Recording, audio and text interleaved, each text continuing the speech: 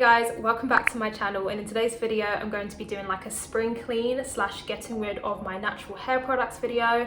So I was going through my product stash the other day and I looked at everything in my stash and I was like, do I really use this? Do I really need that? I figured why not just make a video about it, because I do talk about products a lot on this channel anyway. So I will be talking about a few products that I just want to clear out now because either A, they're really old, B, I don't reach for them or use them anymore, or C, they didn't work for me. If that is something that you are interested in seeing, then just keep on watching this video. So first up, I have the Camille Rose Lavender Crush Defining Gel.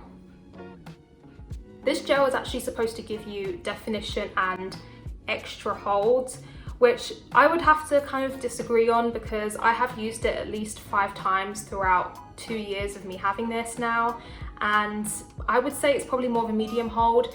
The weird thing is about this gel is that it gives me a cast, but it's a cast where my hair is still frizzy, but it's in a cast, if that makes sense. Now I do like the other gel from Camille Rose from the original line, which is the Curl Maker. I always rave about that product, and it's in the same packaging as this Lavender Crush Defining Gel is. It does perform completely differently, it looks different, and it also gives me different type of results. So this gel gives me a tighter curl look. It kind of clumps my curls more, but to a point where my curls are like right near my scalp, like when I use this, whereas the Curl Maker still clumps my curls. It kind of more just helps to hold those curls in place and not clump them to a point where they're super shrunken up compared to this one. This one is also more rich in protein because it does have keratin oil, whereas the Curl Maker doesn't really have as much protein. It does have coconut oil, but in terms of hydrolyzed proteins, it doesn't have any of that in the formulation. And also the consistency of this is more like what you would expect from a normal hair gel. It's thicker and it doesn't kind of stretch or leave a jelly consistency in your hand like the Curl Maker would. This also doesn't pair very well with anything that I own. The only wash and go that I've tried that I liked with this gel was with the Shea Moisture Curl Enhancing Smoothie. I've also had this for nearly 2 years. I did purchase this when I went to the Camille Rose events in 2019, where they were launching some of their products in Boots stores across the UK, and they had a pop-up shop for the lavender collection. So I bought this and their deep conditioner for like £10 each. But the original price of this is pretty pricey. It's around the same price point as the Curl Maker. In my opinion, the Curl Maker is worth the investment of money compared to this, because this is like nearly £20 and I just didn't like it. There are gels that are much more affordable than this one that I like better, but this just didn't give me the wash and go results that I like, and my hair was just too dry when I used this. So next up is the Cantu Moisturizing Curl Activator Cream. And I did mention this product in my disappointing products video for 2020, so if you haven't seen that video then make sure you check it out. I will leave it in the cards above. I don't really like using creams for a wash and go only. I prefer to probably use it for braid outs and twist outs, but if I do use a cream for my wash and goes, I do usually prefer to pair it with a gel, just because I feel like using a cream alone is not going to give me the hold that I like. And I have stated in previous videos that I do prefer hold for my wash and goes. This is more of a soft to medium hold, so if you do probably like more volume over definition, then this would probably be more suitable for you. And it does actually say in the description that it does help with volume as well as curl definition, but it just left my hair quite dry, and yeah, my hair was just pretty frizzy, and considering I only do my hair once a week and I don't really like refreshing too much, I just feel like this wasn't really for me. But on the plus side, this is super affordable and very, very accessible. So the next product I'm getting rid of is the As I Am Coil Defining Jelly for tightly coiled natural hair textures. This was also another product that I did mention in my disappointing 2020 natural hair products video. I've just tried to make this work so many times and I've just come to the conclusion that it's not for me. It didn't give me any hold, it was pretty drying, but I do know now from experience and from reading the description properly that this isn't really intended to give you much hold. But in my opinion, any type of jelly gel products that don't give me even a medium hold and are intended to give you a softer hold, I just don't really see the purpose of. I just feel like gels should either A, be made to define your hair in some way or form, or B, to hold your hair, or C, to do both. I kind of just started to use it for my edges, like if I was ever wearing like slick styles, or if my wash and go was getting quite old and I didn't have time to refresh it, and I just wanted to kind of just like refresh like the front parts, I would use this just to slick down the edges a bit. I've also had this for like 2 years now, so I think it is time to get rid of it. I did buy it at a natural hair event that I did go to in 2019, so it is quite old now, and I probably got halfway. Yeah, I probably got halfway in that time. I don't even know if it's supposed to look like this anymore. So I feel like I'm doing this in a really weird order, but whatever. So next up I have the Shea Moisture Argan Oil and Almond Milk Smooth and Tame Treatment Mask. This is also another one of those products that I've just had for a really long time now, probably over 2 years. So I figured it was kind of time to get rid of it. This deep conditioner is actually made to help with fine or frizzy hair without weighing it down. And this deep conditioner, it was okay. It wasn't the best mask that I've tried. I do also like other masks from Shea Moisture much better than this one. So my favorite one is the Manuka Honey and Referral Oil one. That is like a staple in my deep conditioner stash because it's just so moisturizing. I feel like it's perfect for low porosity hair. But I would say this is more for protein and moisture. It does smell really, really good though. It smells quite sweet, quite like candy. I can't really make out exactly what candy it is, but it smells amazing. This also does contain marshmallow root, which is an ingredient that I've found that my hair loves, and it is really good at adding natural slip to hair products. I do also like the consistency. I do feel like the consistency is just like the Shea Moisture Manuka Honey and Referral Oil and a few of the other hair masks. It has that creamy thickness, but I do like to dilute it with water, and I just feel like it does really absorb nicely into my hair. So the next product that I am getting rid of, which I feel like is one that I've spread so much hate towards, is the Aunt Jackie's Cocoa Repair Cocoa Creme Deep Conditioner. I'm just not really a fan of the smell of this product. Usually if something doesn't smell great, I kind of just grin and bear it, especially if I feel like it does work for me. But this doesn't smell good and it didn't work for me, which is the reason why I've decided to put it in this video. The weird thing about this product is that it does contain dimethicone, which is a water-insoluble silicone, and silicones typically do give you great slip for your hair products.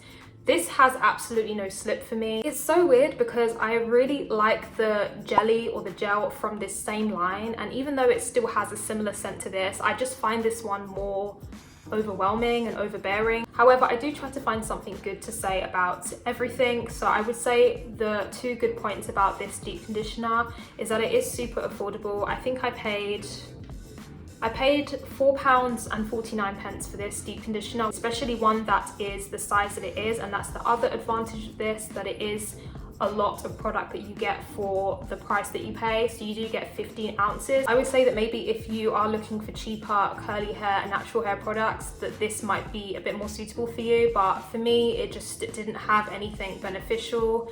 But I don't want to put off people from trying things just because they didn't work for me, because I've seen other like videos of people talking about things that they hate, and I'm like, oh, I've tried that and I loved it. So please don't take from this video that this product is rubbish. It's just that it just didn't work for me, but it doesn't mean that it won't work for you. Another product that I will be getting rid of is the As I Am Dry and Itchy Scalp Care Olive and Tea Tree Oil Leave-In Conditioner.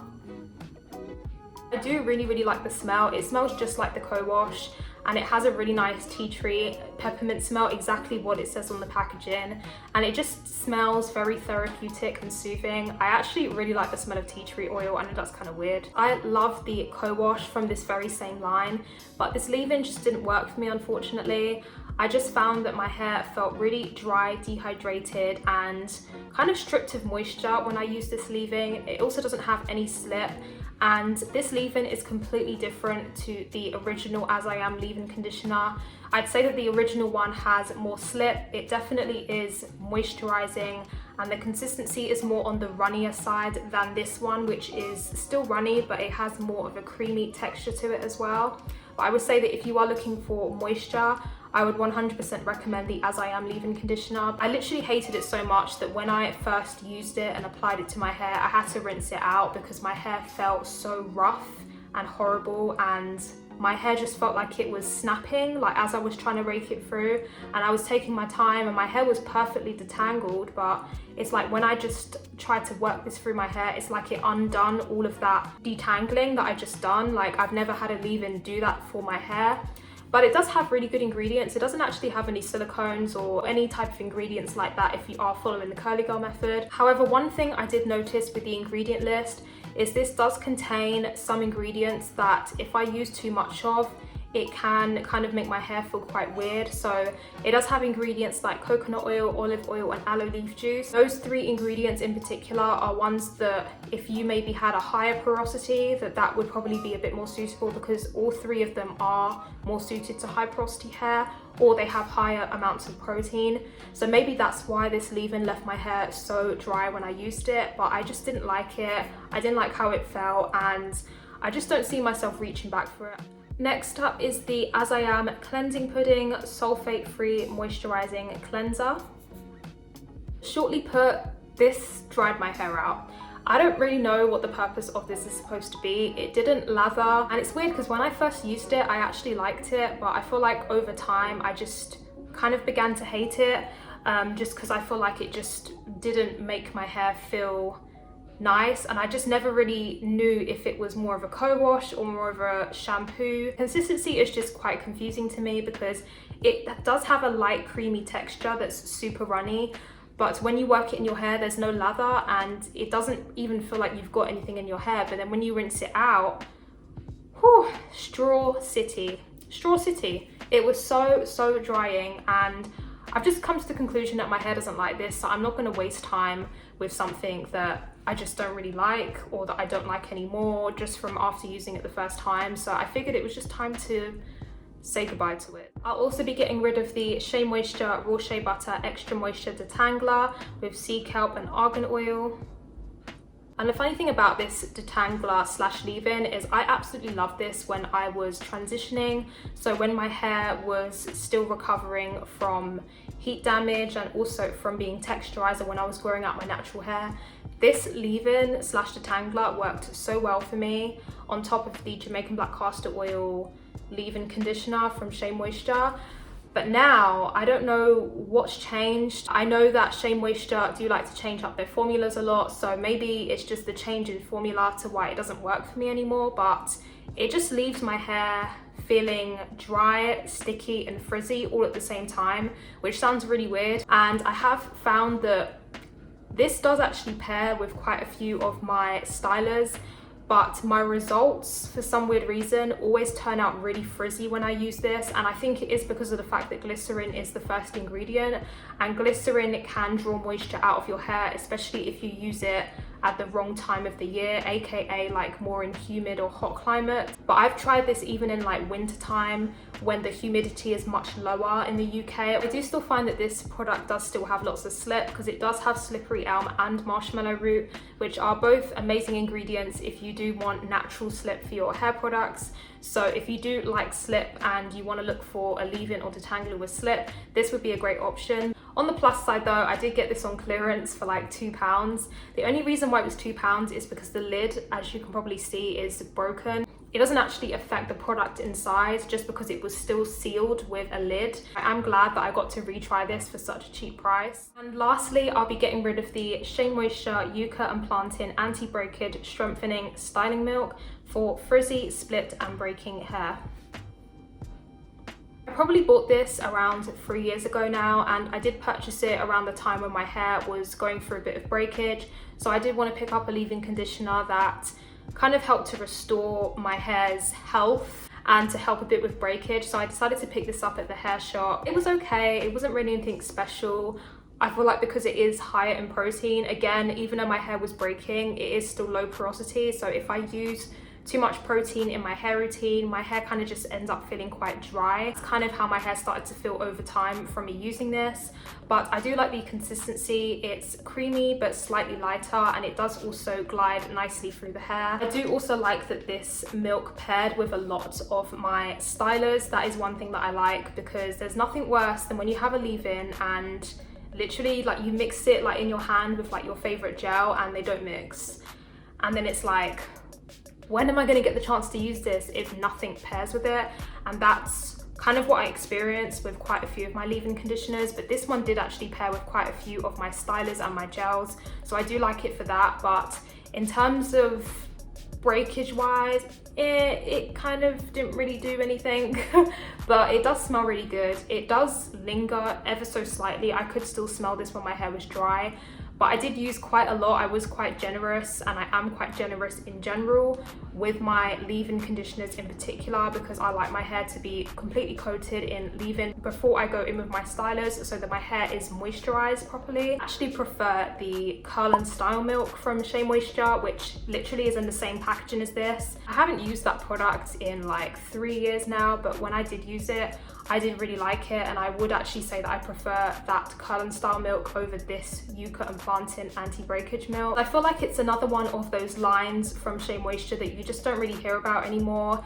I haven't heard anyone talk about this milk, nor have I heard anyone talk about the shampoo, the conditioner, the deep conditioner. I don't even know if they have a shampoo and conditioner, but I have tried the deep conditioner and I don't hear anyone talk about that. So I don't know if they've discontinued it or what, but yeah, the deep conditioner is amazing. So we've come to the end of this video. If you enjoyed this video, make sure that you give it a thumbs up, and also comment down below any hair products that you are getting rid of this year, as well as the reason to why you're getting rid of them. If you enjoyed this video, also make sure that you hit the subscribe button so that you can see more content from me in the future, and hit the notification bell so that you can be notified every time I post a new video, and I will see you in my next one. Bye.